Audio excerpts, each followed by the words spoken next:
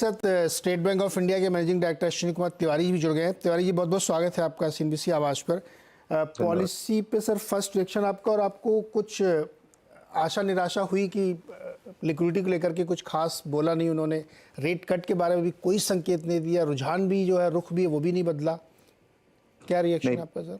नमस्कार। पहला तो मैं ये कहना चाहूंगा कि जब आप मुझसे बात कर रहे थे तो स्क्रीन पे हमारे ही बैंक का रेट आ रहा था जी, एंड वो काफी तेजी से बढ़ रहा है। तो ये आज सर, आज तो सुपरस्टार है वो, और सबसे ज्यादा strength state bank of India में ही दिख रही है जी। हाँ, तो अच्छा ये लग रहा है कि अब मार्केट ने ये पहचाना है कि बैंक में इंट्रिंसिक स्ट्रेंथ क्या है। बहुत दिन तक हम लोगों को ये शिकायत रहती थी कि जो हमारी स्ट्रेंथ है वो रिकॉग्नाइज नहीं हो रही है। तो अच्छा लग रहा है देख करके कि मार्केट रिकॉग्नाइज कर रहा है, दो इट डज नॉट इम्पैक्ट कि हम कैसे काम कर रहे हैं, उसमें कोई फर्क नहीं पड़ता। तो आपका जो सवाल है कि पॉलिसी में क्या रिएक्शन है, तो पॉलिसी एक्सपेक्टेड लाइंस पर थी। हम कोई उम्मीद नहीं कर रहे थे कि कोई रेट कट होगा या किसी भी तरह का कोई चेंज होगा स्टांस में, और वही हुआ है। और गवर्नर साहब ने बड़ा क्लियरली बोला भी है कि जब तक इन्फ्लेशन स्टेबल नहीं हो जाता है 4% के आसपास, जो कि उनका टारगेट है, तब और फ्लक्चुएट करता रहेगा, तब तक वो अपनी पॉलिसी को कमोबेशी चालू रखेंगे। और दूसरा, उन्होंने ये भी कहा कि जो एक्सटर्नल सिचुएशन है वो अभी भी थोड़ी अनसर्टन है, और चूंकि गवर्नमेंट की जो स्पेंडिंग है वो लास्ट क्वार्टर में ज़्यादा होती है, बजटेड जितने स्पेंड्स होते हैं वो ज़्यादा होती है। तो ये भी उम्मीद है कि गवर्नमेंट के जो बैलेंसेस जैसे जैसे स्पेंडिंग होगी तो वो मार्केट में आएंगे और लिक्विडिटी को तो इसलिए उन्होंने लिक्विडिटी में भी कोई चेंज करने की बात नहीं कही और कहा कि हम फ्लेक्सिबल हैं, अगर जरूरत पड़ेगी तो अप्रोप्रिएट स्टेप्स लेंगे। तिवारी जी, क्या डिपॉजिट रेट थोड़े से बढ़ते हुए? डिपॉजिट रेट्स तो देखिए, इसका फंक्शन है कि लोन ग्रोथ बड़ी अच्छी हो रही है और वो इकोनॉमी के लिए अच्छा है और सभी सेगमेंट में हो रही है, कॉर्पोरेट्स में भी हो रही है। तो अगर लोन ग्रोथ डिपॉजिट ग्रोथ से ज़्यादा होगा और साथ में ये मार्केट अच्छा चल रहा है तो म्यूचुअल फंड में और इक्विटी में भी इनफ्लो ज़्यादा हो रहा है, तो इस वजह से डिपॉजिटर्स को अल्टरनेटिव मिला हुआ है। और इसलिए अगर बैंक्स को डिपॉजिट रेज करना है लोन ग्रोथ को फंड करने के लिए तो अमाउंट ज़्यादा देना पड़ेगा इंटरेस्ट का, और वही हो रहा है। तो इसलिए वो बढ़ भी सकता है, मतलब ये कोई प्रेडिक्ट नहीं कर सकता, मुझे लगता है कि बढ़ सकता है। हाँ, क्योंकि जिस तरह के अभी हम लोगों ने देखा है पूरे रिजल्ट सीजन में बैंकों की तरफ से एक कॉमन ये चीज़ देखने को मिली कि थोड़ा डिपॉजिट जुटाने में समस्या आ रही है, क्योंकि आपने सही कहा, अलग अलग एवेन्यूज़ है ना, म्यूचुअल फंड में, शेयर मार्केट में बहुत ज़्यादा रिटर्न बने लोगों के, तो पैसा उधर डाइवर्ट हो रहा है। तो नियर टर्म में हमको लगता है कि थोड़ा बढ़ेगा, या आप लोग थोड़ा इंतजार करेंगे? आप करें ना, लास्ट क्वार्टर में बहुत स्पेंडिंग होती है, थोड़ी सी और लिक्विडिटी सिस्टम में आ सकती है। डिपॉजिट रेट तो डायनेमिक है। देखिए, जिस बैंक को जरूरत है और उसमें शॉर्टफॉल हो रहा है तो वो या तो बोरो करे टेम्परली, लेकिन अगर लोन ग्रोथ हो रही है और ये लोन ग्रोथ लॉन्ग टर्म होती है तो उस केस में ओवरऑल व्यू लेकर के बैंक रेट बढ़ा सकता है, और बढ़ाते भी जा रहे हैं। डिफरेंट बैंक अलग अलग टाइम पे बढ़ाते हैं, इसमें कोई यूनिफॉर्मिटी नहीं है कि सब बैंक एक साथ बढ़ाएंगे, अलग अलग बढ़ाएंगे। मगर अगर एक बैंक एक सेगमेंट में एक पर्टिकुलर टेनर में बढ़ाता है तो अगर दूसरे बैंक को लगता है कि इसमें हमें कंपटीशन है तो वो भी साथ में बढ़ाता है। तो इसलिए जरूरत है क्या सर? ये तो डायनेमिक है। इसमें मतलब ये नहीं कि कोई बैंक वेट करेगा लिक्विडिटी इंप्रूव हो। लिक्विडिटी इंप्रूव होगी तो हमारे लिए, सबके लिए अच्छा है, लेकिन ये डिपेंड करेगा कि लोन ग्रोथ और कैसी हो रही है। अश्विनी सर, एसबीआई को ज़रूरत है क्या इंटरेस्ट रेट बढ़ाने की?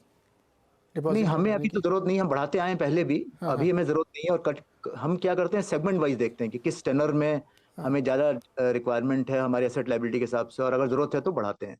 तो हमारी एल्को डिसाइड करती है, तो इमीडिएटली ऐसा कुछ विचार नहीं है, बट एल्को डिसाइड करेगी इस बात पे। Okay, last question Ashwini sir, कि इस साल जो कैलेंडर ईयर 24 की बात मैं करूंगा, आपको लगता है कि सेकेंड हाफ में रेट कट की एक संभावना बननी चाहिए, ज़रूरत होगी? देखिए, इस पे बड़े कयास लगाए जा चुके हैं, हम लोग इस पे कभी प्रेडिक्शन नहीं करते, लेकिन आज के जो गवर्नर साहब का बड़ा इम्फेटिक स्टेटमेंट था कि जब तक इन्फ्लेशन एक ड्यूरेबल सेंस में 4% के आसपास नहीं आ जाता है, और फूड इन्फ्लेशन थोड़ा बहुत वोलेटाइल अभी भी चल रहा है, तो तब तक हम इस पॉलिसी को कंटिन्यू रखेंगे। तो एक तरह से उन्होंने इस पे मतलब ये कहा है कि ज़्यादा स्पेकुलेशन करने की ज़रूरत नहीं है, जब इन्फ्लेशन कंट्रोल में आ जाएगा पूरी तरह से तो हम इसको रेट को देखेंगे। और अभी वेस्टर्न मार्केट्स की जो बैंक्स हैं वहाँ पे ग्रोथ अच्छी हो रही है, तो वहाँ भी अब कोई कट नहीं कर रहा है इमीडिएटली। तो मुझे लगता नहीं है कि मतलब ऐसा कुछ एक प्रेडिक्शन किया जा सकता है कि Q3 में होगा या कब होगा। Q4 मतलब लोग अभी तक Q3 की बात कर रहे थे, Q2 की बात कर रहे थे, मुझे लगता है कि और थोड़ा पीछे चले जाने की जरूरत है। ओके, तो ये एक सिचुएशन बनती हुई दिख रही है, डायनेमिक है सिचुएशन। लेकिन हाँ, ये बात सही कहा अश्विनी जी ने कि इन्फ्लेशन की जो लड़ाई है ना, वो इतनी ज़बरदस्त चलेगी अभी कि जब तक वो 4% के आसपास आके सस्टेन नहीं कर जाता, तब तक शायद उनको मुश्किल होगी यहाँ पे देखने के लिए। Sunil sir, finally mutual fund का क्या रुख रहेगा मार्केट में इस समय? बाइंग रहेगी? अश्विनी सर, मैं आपके पास आता हूँ अभी तुरंत। बिल्कुल, मैंने कहा ना growth based ultimately mutual funds निवेश करते हैं मीडियम टर्म ग्रोथ के ऊपर और आरबीआई की जो आज स्टेटमेंट आई है और डिटेल्स आए हैं वो रीइंफोर्स करती है हमारी इकोनॉमी की मीडियम टर्म ग्रोथ पोटेंशियल को। तो कोई डाउट नहीं है कि म्यूचुअल फंड्स खरीदारी जारी रखेंगे और मीडियम टर्म आउटलुक में कोई दिक्कत नहीं दिख रही है। तो ये पॉलिसी के कारण कोई बदलाव या ये चेंज नहीं हम एंटिसिपेट कर रहे हैं। हमारी स्ट्रांग पॉजिटिव रहेगी इकोनॉमी के ऊपर। अच्छा, फाइनली हम ब्रेक लें। एक सवाल और सुनी सर, एक कंज्यूमर से रिलेटेड है कि जो प्रोसेसिंग फीस वगैरह लेते हैं बैंक, इसको रेट का पार्ट बनाया जाएगा, क्या इसका सेंस है, क्या मतलब होगा इसका सर? इसको मुझे पढ़ना पड़ेगा पूरा एग्जैक्ट समझने के लिए, लेकिन मेरा सेंस ये है कि अभी तक हम रेट अलग दिखाते थे और सारी फीस भी अलग अलग दिखाते थे, क्योंकि ये फीस जो है वो साल में एक बार ही चार्ज होती है लोन लेते समय। तो अब मुझे लग रहा है, जैसा मुझे समझ रहा हूँ, बाकी मुझे देखना पड़ेगा कि राइटिंग में क्या है, लेकिन मुझे समझ में आ रहा है कि एक गवर्नर साहब का कहना है कि डॉक्यूमेंटेशन की फीस या प्रोसेसिंग की फीस या किसी भी तरह की जो फीस है उसको रेट के साथ अगर हम जोड़ करके एक आइडिया दें ताकि वो कंपेयर कर सके बोरोवर कि दूसरे बैंक के कंपैरिजन में हमारा रेट ओवरऑल कॉस्ट क्या आ रही है। तो मुझे लगता है ये वो है, लेकिन फिर भी मुझे पढ़ना पड़ेगा स्टेटमेंट में एग्जैक्टली समझने के लिए।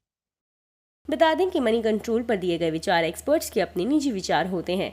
वेबसाइट या मैनेजमेंट इसके लिए उत्तरदायी नहीं है। यूजर्स को मनी कंट्रोल की सलाह है कि कोई भी निवेश निर्णय लेने से पहले सर्टिफाइड एक्सपर्ट की सलाह लें।